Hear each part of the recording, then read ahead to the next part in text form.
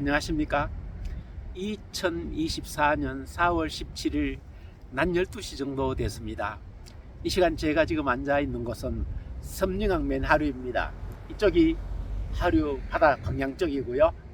저쪽이 이제 상류 쪽입니다. 정말 물길 하나 없이 잔잔한 섬링항 하류의 평화로운 모습입니다. 이 평화로운 잔잔한 곳에서 오늘 저와 여러분들이 함께 은혜 나눌 말씀은 고린도후서 7장 11절의 말씀이 되겠습니다. 내용은 1절에서부터 계속 이어지는 내용이 되겠습니다. 사도 바울이 먼저 그 8절에서부터 이런 말씀을 고린도 교회를 향하여 말씀을 하십니다. 내가 먼저 쓴 걸로 인해 가지고 너희들이 근심을 하게 됐고, 그것 때문에 나도 전에는 약간 후회를 했지만 지금은 후회하지 않고 오히려 그것 때문에 기뻐한다.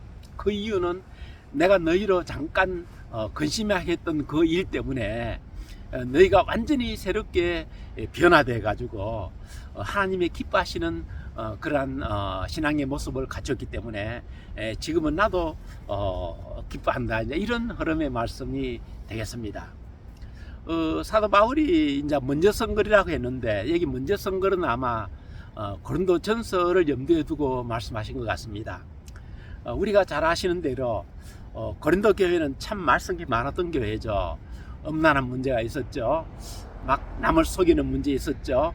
막 남을 모욕하는 입술이 험한 이런 사람들도 있었죠. 등등 많은 교회 바깥에도 있는 교회 안에 있어서 안 되는 그런 불미스러운 일들이 무척 많았던 교회가 고린도 교회였습니다. 그래서 그러한 교회의 그 잘못된 상황을 하나님의 귀한 일꾼인 사도 바울이 그냥 묵과할 수가 없어가지고 특히 고린도전서 6장 같은 데 보면은 신랄하게 아주 강력하게 고린도 교회를 책망하는 내용이 나옵니다. 거기 어떤 내용이 나오는가 하면은 누구든지 남을 모욕한다든지 술 취한다든지 방탕한다든지 남을 속이고 다투고 헐뜬다든지 이러한 불의한 자들은 결단코 하나님의 나라에 들어가지 못한다. 이 고린도교회 신자들도 간 말이에요. 세상 사람도 간 말이 아니에요. 비록 신자랄지라도 이러한 불의한 일을 행하는 자는 결단코 하나님 나라를 들어가지 못한다. 이런 강력한 메시지를 이제 고린도 전서를 통해 가지고 고린도에 전달이 되었죠. 이제 이 말을 들은 고린도교회 신자들이 큰 근심을 하게 된 거예요. 그럼 우리 뭐야? 우리 지금까지 알기로는 교회만 다니고 예수만 믿게 되면은 다소 우리에게 많은 허물이 있고 부족함이 있어도 그거 예수 공로힘 입어 가지고 다 천국 가는 거 아니냐, 이제 이렇게 방심을 하고 적당한 그런 신앙생활을 했단 말이에요. 그랬는데 사도 바울이 이제 고린도전서에서 전한 메시지에는 아니다. 비록 하나님이 부르는 사람이라 할지라도 그러한 세속적이고 죄를 짓고 불의한 자들은 하나님 나라를 결단코 유업으로 받지 못한다. 이제 이런 메시지를 사도 바울이 고린도전서 특히 그 6장에 아주 강력하게 전각이 된 것이죠. 이제 이 고린도교회 신자들이 이 말을 듣고 한동안은 낙심에 빠졌어요. 낙심에 빠졌기 때문에 바울도 내가 너무 심한 말을 했나, 이제 이런 정도로 약간은 멈칫했는데, 나중에 그 바울의 심각한 강력한 책망을 한 그 말로 인해 가지고 놀라운 역사가 일어났습니다. 고린도교회 완전히 갱신의 역사가, 회개의 역사가 일어나게 된 것이죠. 그래서 막 남을 모욕한다든가 남을 속인다든가 또 이렇게 세속된다든가 이러한 불의한 일을 행하던 자들이 마음속에 간절함이 생겼습니다. 어떤 간절함이었죠? 우리가 그리스도인으로서 이렇게 살아서는 안 되는구나 해가지고 완전히 갱신되는, 완전히 새롭게 살아가는 거듭나는 이런 놀라운 역사가 있었던 것입니다. 여기에는 그네들의 마음속에 간절함의 역사가 있었어요. 저는 어느 시대든지 바른 기독교 신앙은 반드시 마음속에 간절함이 유발된다고 생각합니다. 간절함이 가장 우선되어야 한다고 우선되는 것이 필수라고 생각을 합니다. 왜 그러냐면은 이 세상은 너무나 험악한 세상이잖아요. 너무나 세속되고 너무나 잘못된 방향으로 흘러가고 있잖아요. 이러한 잘못된 방향으로 흘러가는 이 악한 세상, 어두운 세상에서 강력한 마음속에 원함이, 간절함이 없이 느슨하게 살아가게 되면 어떻게 될까요? 적당히 세속되게 되고 그냥 일반 세상 사람들과 별 표시나지 않는 뭐 어제도 그랬고 오늘도 그랬고 항상 그 연약과 부족함이 있는 이제 이런 그 신앙 그 생활의 그 무력한 신앙 형태를 벗어날 수가 없을 것입니다. 이렇게 해서는 하나님이 기뻐하시는 온전한 바른 신앙으로 살아갈 수가 없는 것이죠. 그래서 이 고린도 교회 신자들은 다행히 사도 바울의 그 강력한 책망과 권고의 말을 듣고 우리가 이렇게 살아서는 안 되는구나 하는 그 간절한 마음을 가지고 다시 자신들의 신앙을 완전히 갱신하는 새롭게 거듭난 거룩한 믿음의 인자 형태로 변화되게 된 것이죠. 참 이걸 보면 고린도 교회 신자들은 과거는 부끄러웠지만은 적어도 이 고린도후서에서 사도 바울의 말을 듣는 이 순간 이때만큼은 정말 그 복받은 하나님 보시기 아름다운 이런 교회로 변모되었던 것을 볼 수가 있습니다.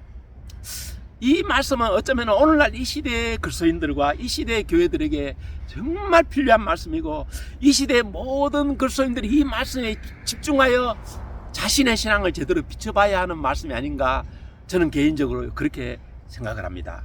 왜냐하면은 우리가 그 하나님 말씀을 대부분은 다 듣고 아멘 하면은 이것으로 신앙이 형성된 신앙이 완료된 것으로 알고 있지만은 성경을 보면은 전혀 그렇게 말씀하지 않고 있습니다. 사도 바울이 고린도전서 6장에서도 이제 그렇게 말했지만은 사도 바울이 전한 여러 메시지 중에 보면은 이런 말씀이 자주 강조되고 있습니다. 로마서 8장에 보면요, 로마서 8장 13절에는 이런 말씀을 하셨어요. 바울이 로마 교회 이제 신자들을 향하여 하신 말씀이죠. 누구든지 육신대로 살면 반드시 죽으려니와 이 죽음은 육신적으로 죽는다는 말 하는 게 아니에요. 육신적으로 죽는 것은요, 육신으로 살든지 성령으로 살든지 육신은 똑같이 죽는 거예요. 여기 죽는 것을 말하는 것은 영적으로 죽는 영원한 사망, 즉 구원받지 못하는 것을 말하는 것이에요. 그러니까 여기 누구든지란 말은 모든 대상을 막론하고 목사님이든지 장로님이든지 평신도님이든지 심지어는 저 교황님이라 할지라도 육신대로 살면 반드시 죽으려니와 영으로서 육의 행실을 제지하면 살리니 이렇게 말씀하시는 거예요. 그러면서 그 뒤에 무슨 말씀까지 첨가하시는가 하면은 누구든지 성령의 뜻대로 성령을 쫓는 자라야 하나님의 아들이라 일컬은 하나님의 자녀라 일컬은 받으리라 이렇게 말씀하셨단 말이에요. 그러므로 우리가 교회에 나오고 세례받고 우리가 입으로 주님을 부르짖는다고 이것이 신앙의 완료는 아니에요.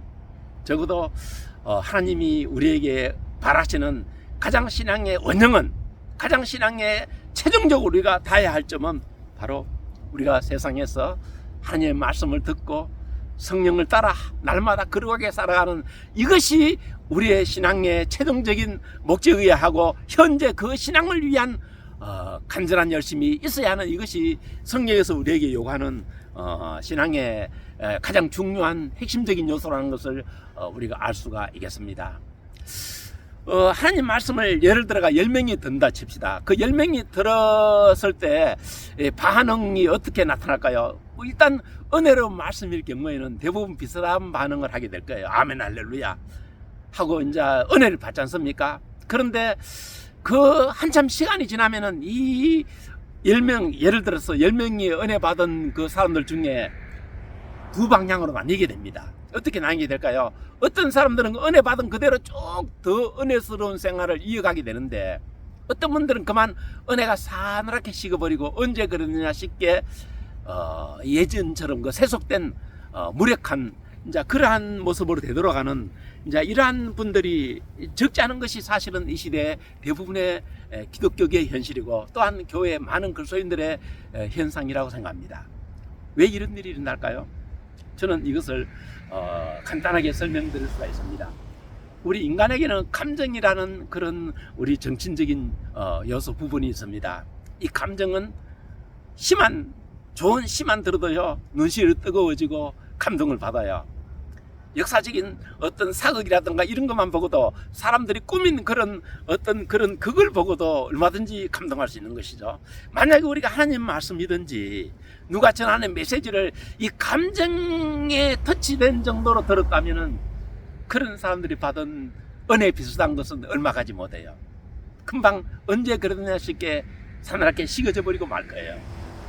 제가 약 20 몇 년쯤 전에 IMF 당시에 제가 그 당시에 이제 중국 선교 사역을 하고 있었는데, 그때 저는 주로 이제 한국에 넘어온 불법체 의자들을 잘 훈련시켜 가지고 다시 중국으로 가정교회로 이렇게 가서 일하게 하는 이런 사역을 했습니다. 그때 수십 명의 중국인 신학생들까지 제가 지도하고 있었는데, 그때 양가이치라는 형제가 있어서, 양아치 아니고 양가이치예요. 중국말로 양가이치 있었는데, 그 형제도 한국에서는 여러 한국 교회를 다니면서 간증도 하고 눈물로 뜨겁게 아주 받은 은혜를 정말 참 사람들에게 전했단 말이에요. 그런데 한 10여 년 뒤에 그 형제를 중국에 가서 만났습니다. 그때 이러더라고요. 목사님, 제가 그때 한국에서 왜 그런지 모르겠어요. 지금은 전혀 기독교에 대해서 믿을 만한 흔적이 띠끔한 것도 없대요. 10년 전에 그렇게 뜨겁게 믿던 형제가 10년 지나고 나니까 완전히 믿음의 뿌리조차 다 없어져 버린 거예요. 왜 그럴까요?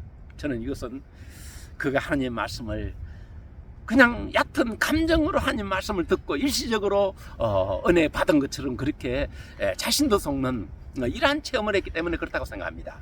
그러면 하나님 말씀을 어떻게 받아야 할까요? 우리 인간의 마음에는 가벼운 얕은 감정도 있지만 우리 인간의 마음에는 지성소와 같은 그런 것이 있어요.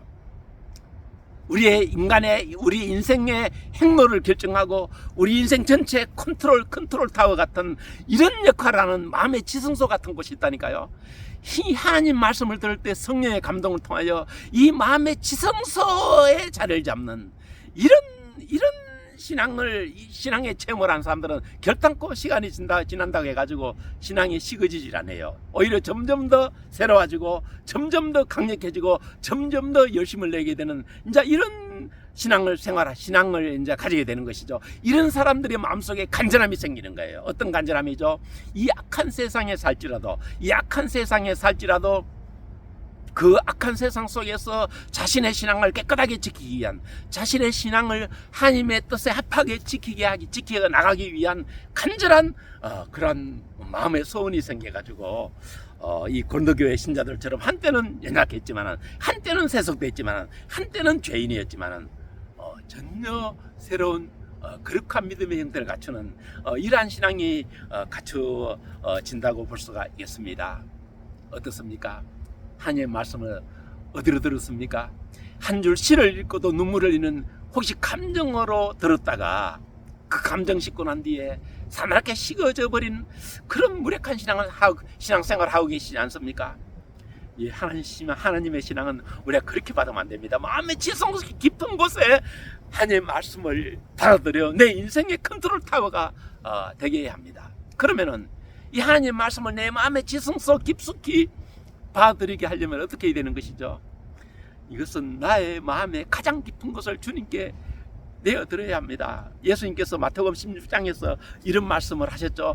누구든지 나를 따르려거든 자기를 부인하고 나를 따르지니라. 이제 이런 말씀을 하신 거예요.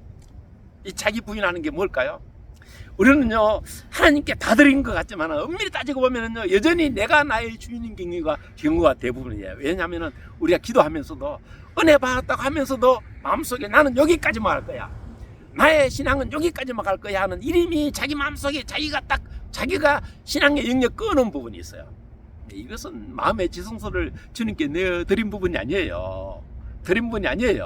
정말 자기를 부인하고 내 마음의 지성소를 주님께 내어드린 그분은, 주님, 저는 주님의 것이오니 주님 뜻대로 저를 사용하시옵소서, 온전히 주님께 자신을 다 맡겨드리는 이런 사람이 우리 마음의 지성소를, 감정이 아니고 지성소를 주님께 맡겨드려서 주님이 내 안에 계시고 내가 주님 안에 계시는 이런 신앙이 비로소 형성이 되는 것입니다. 부디 이 시대를 살아가는 모든 그리스도인들께서 우리의 감정이 너무나 뜨거웠다가 식었다가 쉽게 반복하는 이 감정 말고요, 우리의 인생을 컨트롤하는 컨트롤 타워 같은 내 마음의 지성소, 그것을 주님께 내어드리고 그것을 주님의 말씀이 신앙으로 안착이 되어 가지고 나의 마음속에 뜨거운 열심을 가지고, 빌립보서 2장 13절에 이런 말씀하셨잖아요. 하나님께서 너희 마음에 소원을 두고 행하게 하신다. 이 소원이 무슨 소원이겠습니까? 세상에 좀 잘 살고 잘 때는 그런 소원 아닙니다. 하나님이 기뻐하시는 이 악한 세상에서, 어그러지고 악한 세상에서 하나님이 기뻐하시는 거룩한 신앙으로 날마다 그분 앞에 가까이 나가는 이런 것이 바로 이제 하나님이 주시는 그리스도인들의 마음속에 있는 소원이 되겠습니다.